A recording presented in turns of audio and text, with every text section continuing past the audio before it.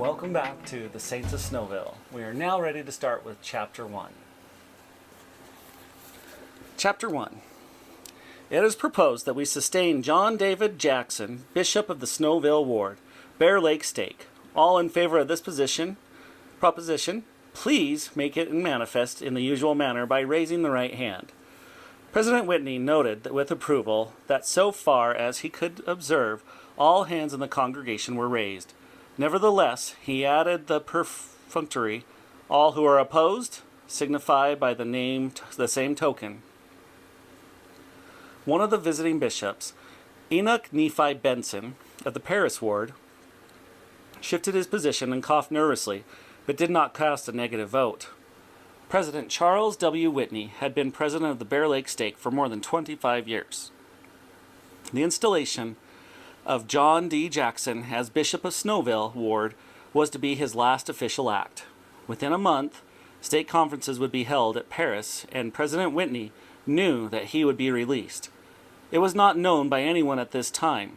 However, that bishop, E. Nephi Benson, would be the new stake president. Benson would have never approved Jackson for bishop. He had been stake president in July of 1925. His back stooped from years of laboring in the sawmill in a nearby canyon. President Whitney supported himself in front of the ward members by a firm grasp on each side of the pulpit. His voice was unwavering, and his clear blue eyes looked steadily at the congregation.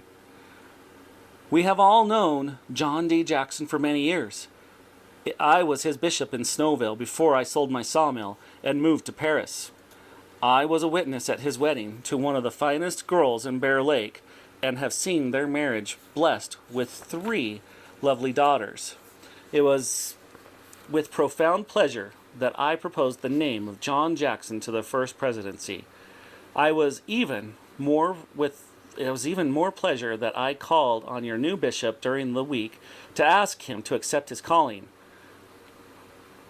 Will John D. Jackson please come forward and take his place on the speaker's stand?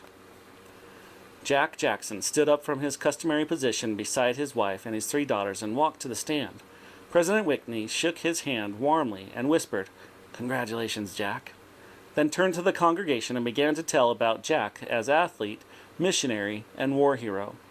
The proudest person in the congregation at the installation of Jackson as bishop of the Snowville Ward on Sunday, July 12, 1925, was Helen James, an old maid schoolteacher. Miss James was a slender, well-dressed woman with a gray streak in her hair. She was 48 years of age and had taught school in Snowville for 25 years. All of the students she had taught since 1900, Jack Jackson was her favorite. If she had had a brother, she would have wanted him to be like Jack. Miss James knew J.D. Jackson better than did any other person. She knew his faults and shortcomings as well as his many talents. She didn't need to listen to President Whitney's resume of J.D.'s life. She knew it all, and much more. When Helen James had first come to Snowville, she found that life there bore little resemblance of the genteel society she had known in San Francisco. Miss James had arrived in Snowville about a week before as the opening of fall term at the school. School in Snowville, as in many farming communities, recessed for spring planting, fall harvesting, and Christmas, and Miss James arrived just in time to begin the short term before the harvest recess. The weather was beginning to cool considerably, and already the leaves in the hills surrounding the lake were turning colors. A native of San Francisco, she had never been more than 50 miles from the Bay Area. Having run out of money after her second year in college, she was not qualified to teach in California, but she had ample qualifications to teach in Snowville. As part of her pay, each family with school-age children was to furnish her room and board for at least 2 weeks. However, many families could not furnish the room and board because of distance or lack of room, so she stayed with the family of Marion Jackson, the widow with 4 children, most of the year. Helen James originally viewed her teaching job in Snowville as temporary. She supposed that after a year or 2 she would go back to California and finish school, or like most lady school teachers, marry a local farmer and raise a family. She fell in love all right, but with the community of Snowville rather than the local farmer. At first she dated the boys in Snowville and Paris and received 2 marriage proposals. However, she could not face the premature aging of the Bear Lake farmer's wife. After 2 years in Snowville, Helen got caught in the gospel net, as did many Gentiles who lived in Mormon communities. Before coming to Bear Lake, she had never heard of the Mormon church. Everything in Snowville revolved around the church and the church house. The doctrine was strange, and some of it would always be, but she knew she wanted to be one of the saints of Snowville.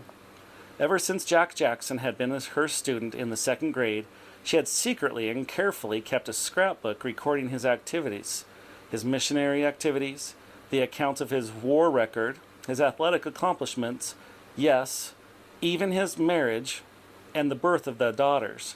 She would present him this scrapbook this night and supplement it for the next 30 years.